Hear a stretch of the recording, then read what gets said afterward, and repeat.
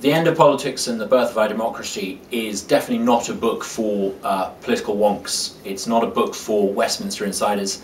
It's deliberately designed for everyone, for anyone who's ever asked themselves, why are we so badly governed?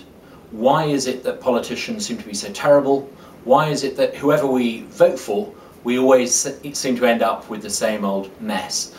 This is a book that tries to explain very simply why we're in this mess and what we can do about it and what's going to have to change.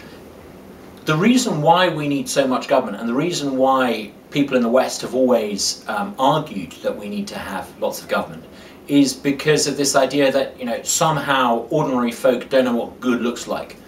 I think the internet's going to change that. The internet changes that in some fundamental ways. It means that, you know, instead of some people knowing what good looks like and other people not, it basically means that everyone can get a sense of how to make the right choices for them and their family.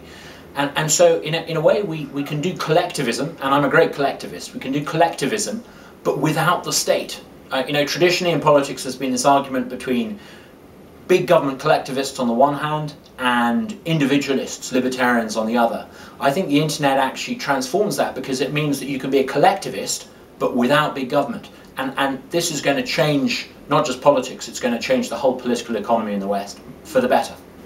The way I put it is this: we've got a sort of cranky, outdated 19th century system of democracy trying to hold to account a 21st century size government, and it just doesn't work. I mean, look at the House of Commons. We've got 650 something MPs in there, and yet we've got several times more quangos than there are members of Parliament. In other words, there are all these government agencies out there making decisions that affect our lives. In fact, there are so many of these government agencies that they've run out of letters of the alphabet to name them all. There's the CSA and the ASA and the FSA, and there are thousands of these government agencies.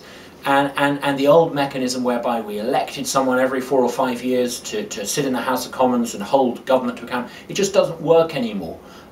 These agencies have become a law unto themselves. They can raise money, spend money, and in effect make law without reference to anyone we elect. And that's basically why I think our democracy, as it stands, doesn't work.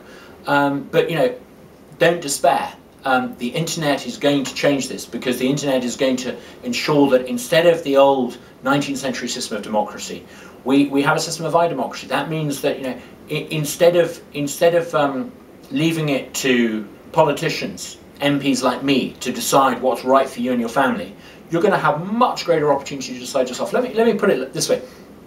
Imagine if in a street where you lived, every single person voted every 4 or 5 years on what kind of breakfast cereal everyone in that street should have. The idea would be ridiculous. The idea is so daft, you'd probably chuckle at the idea of it. If everyone in the street voted, perhaps you might vote for Cocoa Pops and your neighbour might vote for Weetabix. The chances are that you wouldn't be happy if their side won, and they wouldn't be happy if you won. Of course you don't do that. We allow instead every single individual household to vote using money in the supermarket every week to decide on what they and their individual household wants. The internet's going to allow us to do that with a whole load of things, where in the past we've all voted for a one-size-fits-all approach. So a national curriculum, instead of voting for a political party that's going to change the national curriculum and make it a little bit more like the one you would like for your child, we're going to be able to have personalised curriculums for your child. It's not actually going to be any business of government to decide what's in there at all. Instead of a national health plan that prevents you from spending more of your money for the treatments that you might actually choose if you were given the chance, you're going to have individualised health accounts that will allow you and your family to have your private medical records on your iPad, funded out of a state-funded personalised health account.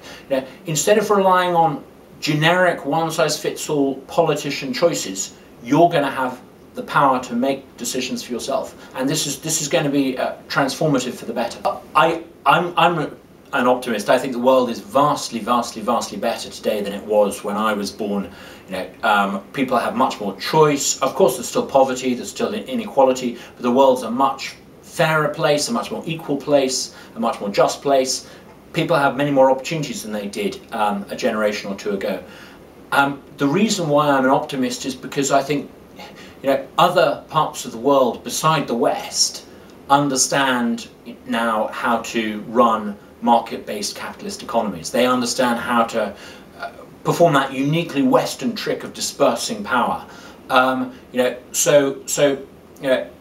If you like, perhaps it's not the West that's going to crumble, it's Western exceptionalism that's going to crumble.